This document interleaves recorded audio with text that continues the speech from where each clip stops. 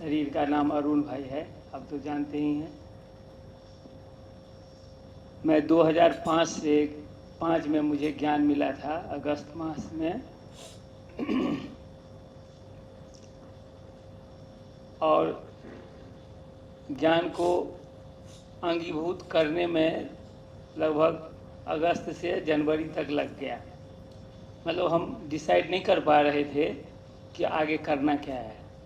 बहुत अच्छा ज्ञान लग रहा था, सब कुछ, बहुत किसी से कुछ पूछना नहीं पड़ता था उस अवस्था में, जब शुरुआत की अवस्था थी।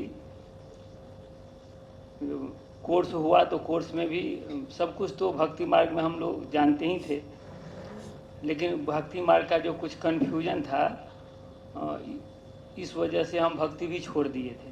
बोला अब यहाँ कुछ मिलना नहीं है, तो हमने भक्ति से भी वैराग्य आ गया था कि अब ऐसा कुछ नहीं है, इन सब चीज़ों से कुछ मिलना नहीं है, क्योंकि जो चीज़ खोजते थे वो मिलता ही नहीं था।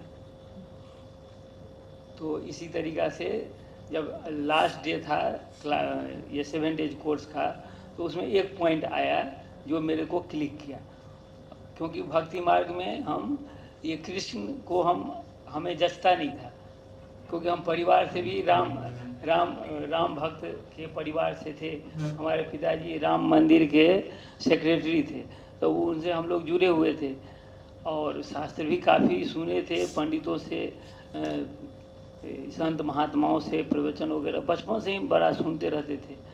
तो ये जो 16 कला का कंट्रास्ट था कृष्ण के बारे में, और राम 14 कला और कृष्ण 16 कला, तो ये मेरे को बड़ा कन्फ्यूजन लगता था, ये कैसे हो सकता है। द्वापर में आने वाला, पैदा होने वाला श्री कृष्ण 16 कला संपूर्ण कैसे हो सकते हैं, ये तो संभव ही नहीं है, मेरा ऐसा मानना था। और मैं इस चीज़ को कभी एक्सेप्ट ही नहीं कर पाया, क्योंकि त्रेता में राम 14 कला ठीक है, अब ये आए हैं द्वापर में, यहाँ शास्त्रों में लिखा हुआ है कि यहाँ 8 कलाएं होती है, और कृष्ण को लोग बोलते हैं कि 16 कला संपूर्ण है। तो ये बात हमें कभी भक्ति मार्ग में जची नहीं, हम इनको कभी एक्सेप्ट भी नहीं किया इस बातों को, ये हो ही नहीं सकता है। और कृष्ण के प्रति हमारा इतना रुझान भी नहीं था भक्ति मार्ग में, ठीक है। तो इस तरह से भक्ति से तो वैराग्य आ ही गया था, क्योंकि कहीं कुछ मिलता ही नहीं था। किसी से भी जाके डायरेक्ट पूछते थे कि ऐसे कैसे हुआ, तो वो ऐसे घुमाने लगते थे ना, हम कहते थे बस हो गया, अपना चुपचाप वहाँ से आ जाते थे। तो बहुत जगह ट्राई किए, जहाँ भी बड़े बड़े संत महात्माओं के प्रवचन होते थे तो उनसे हम अकेले में जाके मिलते थे, पूछते थे, जो भी कन्फ्यूजन होता था, ये ऐसे, ये कैसे, तो बस वो घुमाना शुरू कर देते थे गोल गोल। मैं बोलता था चलो ठीक है, कोई बात नहीं, चुपचाप वहाँ से आ जाते थे। तो इस तरह से भक्ति मार्ग चला, और जो है वैराग्य से आ गया, नहीं अब ये सब नहीं करना है, क्योंकि पढ़ाई लिखाई अच्छी थी तो अब उस तरफ ध्यान देना है। तो पढ़ाई लिखाई अपना करते आ रहे थे। फिर दिल्ली आए आगे की पढ़ाई करने के लिए। दिल्ली की आगे की पढ़ाई करने के लिए आए तो हम थे सेल्फ मैनेजमेंट वाले हैं, हम खुद अपना पढ़ाई अपने कमाई से करते थे, ट्यूशन पढ़ा करके करते थे। तो अब दिल्ली में ट्यूशन खोजने लगे कि कुछ तो जरिया मिले यहाँ दिल्ली में रहने के लिए। हम बड़े स्वावलंबी, बड़े भाई साहब हमारे आर्मी से रिटायरमेंट, आर्मी में थे उस समय, लेकिन हम किसी से पैसा नहीं लेते थे, मांगते नहीं थे कि हमें पैसा चाहिए, नहीं, हम खुद अपना मेंटेनेंस खुद करते थे। 10th पास किए और 10th के बाद हम अपना मेंटेनेंस खुद करके ISC किए। फिर उसके बाद पैसा वगैरह का दिक्कत था तो हमने आर्ट्स में आ गए, फिर आर्ट्स से अपना ग्रेजुएशन किए, फिर सेल्फ से ही हमने कॉमर्स से भी अपना 10+2 फिर दोबारा किए। हम अपने मन का मर्जी था, जो चीज़ इच्छा होता है कि नहीं ये करना है तो कर लेते थे, ठीक है। इस तरह से पढ़ाई लिखाई करके, ये दोनों चीज़ करके वहाँ से दिल्ली आए कि आगे आकर के पढ़ाई लिखाई करेंगे। तो यहाँ जब आए तो वो ट्यूशन हमने पढ़ा रहे थे, हमारे भाई कुमार भाई हैं, अभी भी हमारे साथ रहे हैं, बहुत सहयोगी हैं, विपिन भाई नाम है, वो ट्यूशन सेंटर चलाते थे। उनके पास गए तो उन्होंने ट्यूशन तो दिया, लेकिन उसके साथ साथ जन्माष्टमी का न्योता भी दे दिया कि आइए आश्रम पर, ऐसे ऐसे वहाँ फंक्शंस हैं तो आइए आप। तो मेरे को तो मन नहीं होता था, वैसे हमारे परिवार से यहाँ दिल्ली में बड़े भाई साहब की युगल यानी हमारी भाभी और बच्चे ज्ञान में चलते थे, लेकिन हम उन लोगों को भी, भाभी को तो नहीं रोक सकते थे, बच्चे को रोकते थे कि इस सब में जाना नहीं है, पढ़ाई लिखाई करो, इस सब से कुछ मिलने जुलने वाला नहीं है, पढ़ाई लिखाई करोगे तो अच्छा पोजीशन पद मिलेगा, ठीक है। तो हम इस तरह से बच्चे को भी रोक देते, फिर भी वो छुप करके चले जाते थे। और ट्यूशन गए तो वो न्योता दे दिए, फिर भी मन मार करके हम आए जन्माष्टमी के प्रोग्राम में आश्रम पे, फिर घूम फिर करके गए, घर चले गए। फिर कुछ दिन, 2-4 दिन के बाद फिर एक अलग न्योता दे दिए कि आइए, 7 दिन का कोर्स होता है यहाँ, 7 डेज कोर्स, वो कीजिए। इस तरीक़ा से हम 7 डेज कोर्स के लिए आश्रम आए थे। फिर वही 7वां दिन था, ये लास्ट डे, जिस दिन वो श्री कृष्ण का कंट्रास्ट समझा रहे थे। तो वो बात मेरे को जच गई। मैं बिल्कुल खिलाफ तो नहीं, लेकिन बिल्कुल एक्सेप्ट नहीं कर रहा था कि इन सब चीज़ों से अब कुछ होना जोना तो है नहीं, और मुझे इन सब लंध भंध में अब पढ़ना नहीं है। हमको पढ़ाई करने के लिए आए, आगे की पढ़ाई करनी है यहाँ। वो श्री कृष्ण का कंट्रास्ट क्लिक किया ब्रेन को, बोला ये तो बिल्कुल सही है। श्री कृष्ण द्वापर में नहीं सतयुग में आए थे, और ये शास्त्रों में लिखा हुआ है कि श्री कृष्ण 16 कला संपूर्ण थे। ये बात तो हो सकता है, सतयुग में आएगा तो 16 कला संपूर्ण होगा ही। तो वही एक पॉइंट था जो फिर आगे मुरली में कंटिन्यू आने के लिए प्रेरित किया कि नहीं, अब मुरली सुननी है। अब जब मुरली सुनने लगे तो फिर तो बताना ही है, फिर तो वो नशा चढ़ा मुरली से। लगता था कि वो सारी बातें जो भक्ति मार्ग में हम जगह जगह पागल के तरह घूम करके पूछते रहते थे, वो एक एक चीज़ अपने आप हल हो, मतलब समस्या का समाधान, वो क्वेश्चन का आंसर मिल दे गया। किसी से कुछ पूछना नहीं, कोई दीदी से कुछ क्वेश्चन नहीं, कुछ नहीं, मुरली सुनना है सिर्फ। मुरली सुनते गए। और 1 जनवरी का वो दिन था, जो हमारे बड़े सीनियर भाई रामनाथ भाई थे, ब्रह्मा बाबा के टाइम के, तो उनका हमेशा क्लास होता था। तो 1 जनवरी का उनका क्लास रखा हुआ था, हम उनके प्रोग्राम में गए थे। तो उन्होंने बोला कि कोई ना कोई आज अच्छा संकल्प करके जाइए यहाँ से। मैं बोला अब इससे अच्छा संकल्प क्या हो सकता है, आजीवन कुमार रहने का संकल्प, इससे अच्छा और जीवन संकल्प क्या होगा। हमने पूरे सभा के बीच में माइक लेकर के ये संकल्प लिया कि मुझे आजीवन कुमार जीवन व्यतीत करना है, और उसी दिन को मैं अपना अलौकिक जन्मदिन भी मनाता हूँ। वो उस दिन से कोई भी 1 जनवरी का दिन मैं मिस नहीं किया हूँ। जहाँ रहता हूँ वहीं अपना अलौकिक जन्मदिन, और जितना हो सकता है उतने धूमधाम से मनाने का मतलब इच्छा रहती है कि अच्छे से अच्छे ढंग से इस पर्व को। मेरा 1 जनवरी को मैं अपना उसी दिन को, जिस दिन मैं ये हाँ, नए साल में तो बड़ी बुकिंग रहती होगी आपकी कि हमारे यहाँ मना लो। अलग से टाइम निकालते हैं। तो भाई का जन्मदिन यही मनाएंगे। ठीक है। तो इस तरीका से ज्ञान में चले, और अभी तक इतना अच्छा मतलब हो गया। परिवार में भाभी ज्ञान में चलती थी, लेकिन उसके बावजूद भी 1 जनवरी से हम अपना भोजन खुद बना के खाने लगे। मैं बोला ना, भोजन तो मैं अपने हाथ से ही बना के खाऊंगा। और उस दिन से भोजन, और आज का दिन है, हम भोजन किसी के साथ, परिवार के साथ या इधर उधर कहीं शेयर नहीं किया हूँ। अपना भोजन जैसे भी हो, नमक रोटी ही खाना है कोई बात नहीं, लेकिन खुद से बना के, बासी ही खाना है लेकिन अपना बना हुआ खाना है, कोई बात नहीं। जैसा भी है वैसा अपने हाथ से बना करके खाना है, और इधर उधर कहीं नहीं। क्योंकि मेरा मानना है कि भोजन सिर्फ इसमें लहसुन प्याज की बात नहीं है, भोजन में मुख्य बात है संकल्पों की, कि भोजन जो है किस संकल्पों से बनाया गया है, वो आपको उन्नति या अवनति का रास्ता मतलब प्रेरित करता है।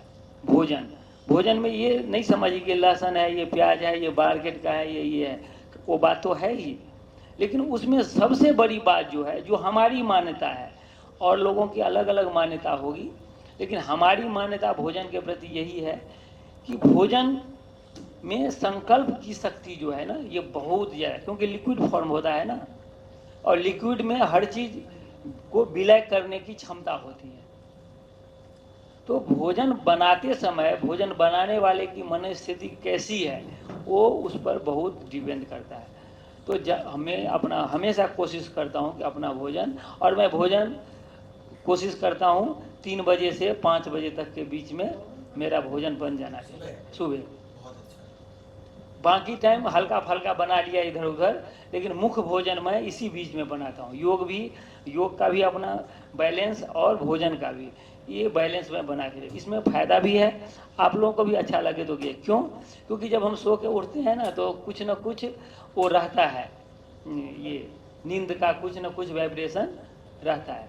तो आप फिजिकल कीजिए, सब्जी काट लीजिए, कुछ किचन का काम कर लीजिए, तो क्या होता है आप जब फिजिकल करने लग जाते हैं तो नींद का जो वाइब्रेशन होता है वो अपने आप धीरे धीरे ख़त्म हो जाता है।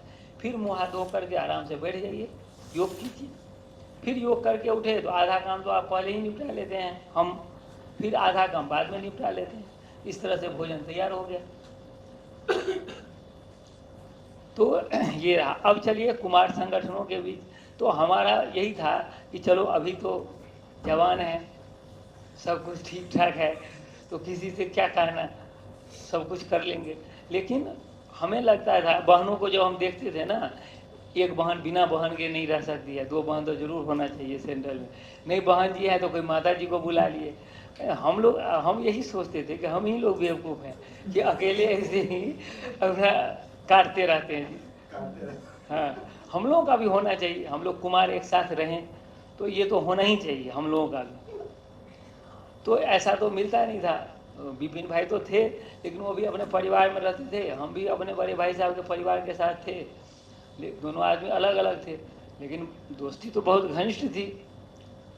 हमेशा हर चीज़ में एक दूसरे को हेल्प करते रहते थे, हर चीज़ शेयर करते रहते थे। लेकिन फिर भी था कि नहीं, एक साथ रहना है कुमारों को, किसी कुमार के साथ में रहना है। तो फिर ये कुमारों का संगठन मिला, इसमें फिर आना जाना शुरू हुआ, बहुत अच्छा लगा। इतना खुशी मिला जब ये संगठन शुरू हुआ था, क्योंकि जब हमें ज्ञान मिला तो हम पढ़ाई लिखाई छोड़ दी। मैं बोला पढ़ लिख करके कुछ नहीं करना है, वो जो होना था वो हो गया। हाँ, अब छोटा सा कोई नौकरी करना है तो हम आए डिफेंस का मिनिस्ट्री में, DGNCC था, उसमें हमारे भाई साहब आए थे ट्रांसफ़र होकर के। वो बोले कि यहाँ पर ना एक वो सेल्समैन का जगह खाली है, वैसे ही कैजुअल में रख रहा है। तो मैं बोले मेरे को लगा दीजिए। बोला तू क्या करेगा लग के, अभी पढ़ाई लिखाई करो। बोला मेरे को आप छोड़ दीजिए, पढ़ने लिखा जो था वो पढ़ लिख लिए, और मेरे को छोटा मोटा नौकरी करना है और ज़्यादा दिमाग नहीं लगाना है इधर। हाँ, इधर नहीं लगाना है। तो वो काम पकड़ ली, लेकिन वो बुद्धि अच्छी थी तो वहाँ भी फिर बिलिंग क्लर्क बना दिया। फिर बिलिंग क्लर्क के बाद वो हेड बिलिंग क्लर्क बना दिया। हेड बिलिंग क्लर्क बना दिया, फिर लिकर का डिपार्टमेंट थमा दिया। मैं बोला कि ना, ये लिखकर का बिल तो मैं नहीं काटूंगा,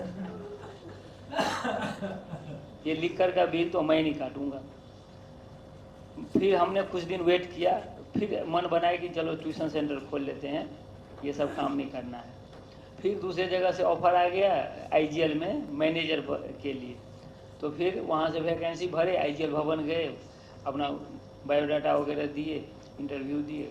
उस 7 दिन के बाद कॉल आ गया ट्रेनिंग के लिए। फिर वहाँ शांति बस में ट्रेनिंग किए, फिर वहीं ज्वाइन किए। फिर वहाँ से जगह जगह भी ट्रांसफ़र हुआ है, शांति पथ किया, फिर वहाँ अब उधर नजफगढ़ तरफ बकरवाला ट्रांसफ़र करवा लिए। फिर 20 द्वारका 20 में आए, द्वारका 20 से फिर द्वारका 14 में गए, 14 से फिर द्वारका 23 आए, 23 से फिर अभी वर्तमान समय द्वारका 5 में कार्यरत हूँ। तो इस तरीक़ा से ट्रांसफ़र भी होता रहा और कार्यरत भी हूँ। लेकिन काम टाइम पास के लिए मैं करता हूँ, काम में से कोई आसक्ति नहीं है। लेकिन बाबा के नाम पर कोई उंगली न उठाए, इसलिए प्रॉपर काम करता हूँ। टाइम से जाना है, टाइम से आना है, बिल्कुल प्रॉपर तरीके से काम ईमानदारी से करना है। IGL में जितनी सैलरी है उतना आउट इनकम है, लेकिन आज तक किसी का 1 कप चाय नहीं पिया हूँ मैं। जितनी सैलरी मिलती, हाँ, तब उस जॉब में अच्छा क्या है, और बाकी जगह और भी मिल सकता था, लेकिन 8 घंटे की जॉब, 8 घंटे ही काम करना पड़े, ये बहुत कम मिलता था। तो मैं चलो इसमें तो है कि 8 घंटा से ज़्यादा कोई प्रेशराइज नहीं कर सकता है काम के लिए। तो इस तरीक़ा से ये काम अच्छा लगता है कि समय का प्रतिबंध ज़्यादा नहीं है, 8 घंटा देना है बस। तो ये इस वजह से ये काम को कंटिन्यू अभी तक करते आ रहा हूँ, लेकिन करने की कोई ज़्यादा इच्छा नहीं है, कभी भी क्विट कर सकता हूँ। हमेशा क्विट करने के लिए तैयार बैठा रहता हूँ कि जब कभी चांस कोई मिले तो क्विट कर जाऊँगा। तो इस तरीक़ा से अभी तक का ये लाइफ है। और कुमारों के साथ तो मेरा दिल का इतना ज़्यादा है जो मैं क्या बताऊँ। टाइम तो नहीं मिल पाता है, मैं टाइम नहीं दे पाता हूँ, लंबा टाइम नहीं दे पाता हूँ, लेकिन संडे का टाइम मैं कभी मिस भी नहीं करना चाहता हूँ। अनिल भाई कभी बुलाए संडे को, मैं बोलूँ कि नहीं आऊँगा, ऐसा तो हो ही नहीं सकता। मैं सन ऑफ के लिए भी हुआ, इस महीने में ना हम लोग का गजेटेड में डबल मिलता है, तो संडे ज़्यादा आ रहा था। तो मैनेजर बोला कि सर आप अब दूसरा मैनेजर जो है आप जो है ना अपना ऑफ चेंज करवा लीजिए, इस बार बहुत गजेटेड आ रहा है संडे को। मैं बोला भाई संडे में गजेटेड आए कि मेरे को पर डे भी डबल देना शुरू कर देना संडे को, तो भी मैं संडे का ऑफ नहीं छोड़ूंगा। मुझे तो संडे का ही ऑफ रखना है, और मैं संडे को ही अपना ऑफ रखता हूँ। ऑफ का वहाँ पर अपना होता है वो होता है कि आप कभी भी रख सकते हैं। तो इस तरह से मैं कुमार संगठन के प्रति हम तन मन धन तीनों से समर्पित रहता हूँ। और कभी भी कुछ भी अनिल भाई का कभी भी कोई निर्देश मिलता है, हमेशा ये हमको चढ़ाते रहते हैं, ये बोल देते हैं कि आप तो हमारे बड़े हैं। मैं बोलता हूँ बड़े होने से क्या होता है, हैं? बड़े होने से कुछ नहीं होता है। हाँ नहीं, अब अनिल भाई जिस तरह से सेवा करते हैं, ये उनका सौभाग्य है कि इतना टाइम मिल पाता है सेवा देने के लिए। संगम युग पर एक बात बताऊं आपको, ये मेरा अपना दिल का अनुभव है कि संगम युग पे बाबा के लिए टाइम मिलना ये परम सौभाग्य है। भाग्य नहीं, परम सौभाग्य है। चाहे जो भी भाई हैं जिनको सेवा का चांस मिलता है और समय निकाल पाते हैं, वो ये उनका भाग्य है। भले पैसा के जो रंग होता है वो बड़ा अजीब गरीब होता है, लोग उसमें थोड़ा सा उनका नशा अलग तरीका का हो जाता है, लेकिन मैं कहता हूँ कि वो कोई कुछ नहीं है, वो तो बिल्कुल शून्य के बराबर है। इस संगम युग पर सेवा का चांस जिनको मिलता है, जो समय निकाल पाते हैं, मैं समझता हूँ कि उससे ज़्यादा भाग्यशाली और कोई नहीं है। ये संगम युग कल्याणकारी युग। तो लौकिक कार्य का तो बंधन होता है, और कार्य करना हमें अपने लिए नहीं, संगठन इस ब्रह्मा कुमारी संप्रदाय के लिए, ये संगठन के लिए करना होता है। क्योंकि अच्छे तरीके से, क्योंकि कोई किसी का उंगली ना उठे कि ये तो ऐसे ही है, नहीं, इसीलिए अच्छे ढंग से काम करना है, ईमानदारी से काम करना है। इस चीज़ को मैं बहुत ध्यान रखता हूँ कि जब तक नौकरी, जिस दिन क्विट कर जाऊँगा तो क्विट कर जाऊँगा, लेकिन जब तक करना है बिल्कुल प्रॉपर तरीके से करना है। इसीलिए मैं तो कभी कभी कर्नल को भी क्लास ले लेता हूँ। हर बॉस लेता है क्लास अपने जूनियर का, अब मैं अपने सीनियर का क्लास ले लेता हूँ। और जितने भी अभी तक हमें कर्नल मिले हैं, हम पे हावी होकर के कोई काम नहीं करवाए हैं, क्योंकि हम अपने काम में इतने आगे रहते हैं, जो हम ही उनको कुछ मार्गदर्शन देते हैं, रास्ता बताते हैं, उनके रास्ता पर हम नहीं चलते हैं।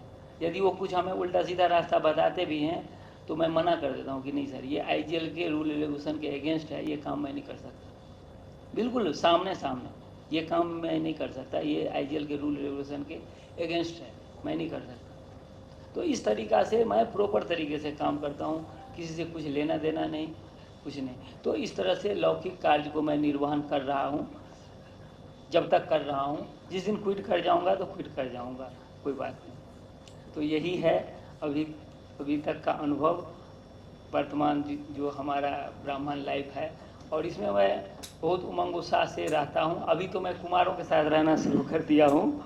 अभी एक शिव भाई थे, तो ये द्वारका में रहते थे, टीचर हैं, बड़े अच्छे पढ़े लिखे हैं, बहुत अच्छे मेधावी स्टूडेंट रहे हैं। वो अपने बीटेक किए थे, बीटेक में उन्होंने यूनिवर्सिटी टॉपर रहे थे, फिर ड्रामानुसार उन्होंने टीचर की जॉब सेलेक्ट किए, तो अभी वो सरकारी टीचर हैं। तो वो खोजते खोजते आए हमारे स्टेशन में, तो बोले कि अरुण भाई आप मेरे साथ रह सकते हैं। तो सारी बातें उन्होंने बताई। तो पहले वो एक माता जी को रखे थे जो ज्ञान में नहीं चलती थी, तो वो उनका सब कुछ करता था, तो उनका अपना जीवन यापन चल रहा था। फिर वहाँ से कुछ ट्रांसफ़र हुआ, कहीं दूसरी जगह गीता पाठशाला चलाने लगे। तो फिर बहन जी उनको निर्देश दी कि नहीं, अभी अब आप माता जी से नहीं भोजन वोजन बनवाएंगे। तो अब उन भाई को 1 महीना तो खूब वो दिक्कत काटे वहाँ पे। फिर वो खोजते उनको जब पता नहीं क्या उनको संकल्प आया, तो खोजते खोजते आए स्टेशन पे। तो फिर बातचीत हुई, बोला कि आप मेरे साथ रह सकते हैं।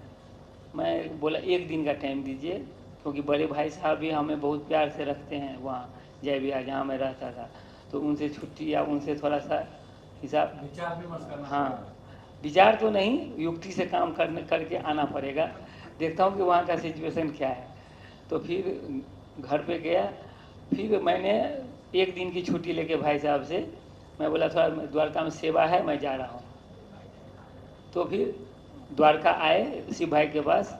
फिर 2 दिन रहे, 3 दिन रहे। भाई जी का फ़ोन आ रहा है, आप कब तक सेवा है, कब आ रहे हैं आप इधर? तो मैं बोला मैं कुछ दिन और रुकना पड़ेगा इधर। तो फिर 7वां दिन बोल रहा है और कितना दिन अब रुक रहे हैं? तो मैं बोला कि अब लगता है ना यहाँ परमानेंट ही रहना पड़ेगा मुझे। तो बड़े भाई साहब फिर थोड़ा सा कुछ बोले नहीं, अच्छा ऐसा क्या है? तो फिर हमने बताया कि ऐसे ऐसे शिव भाई को एक भाई की ज़रूरत है, तो वो बोलते हैं यहाँ रहने के लिए। तो फिर वो ज़्यादा कुछ बोले नहीं। तो इस तरह से भाई साहब से भी छुट्टी डायरेक्ट तो नहीं लिए, थोड़ा सा घुमा फिरा करके छुट्टी मिल गया वहाँ से। क्योंकि भाई साहब बड़े भाई हैं, सबसे बड़े भाई हैं, और मैं सबसे छोटा हूँ। बीच का 2 भाई गाँव में रहते हैं, अपना खेती बाड़ी करते हैं, और हम दोनों भाई दिल्ली में हैं। तो बड़े भाई साहब का बड़ा स्नेह रहता है हमसे, तो उनको मैं ज़्यादा टूटने नहीं देना चाहता हूँ। तो इस तरीक़ा से उनसे युक्ति से ही काम निकालता हूँ। इस तरह से युक्ति से काम निकाल करके अभी 11 जुलाई से शिव भाई के साथ मैं द्वारका सेक्टर 7 में वो गीता पाठशाला है वो चलाते हैं। तो उन्हीं के साथ वहीं पे ये 7 जुलाई से वहीं पे रहता हूँ, और इस तरह से ब्राह्मण जीवन अपना एंजॉय कर रहा हूँ। अच्छा, ओम शांति।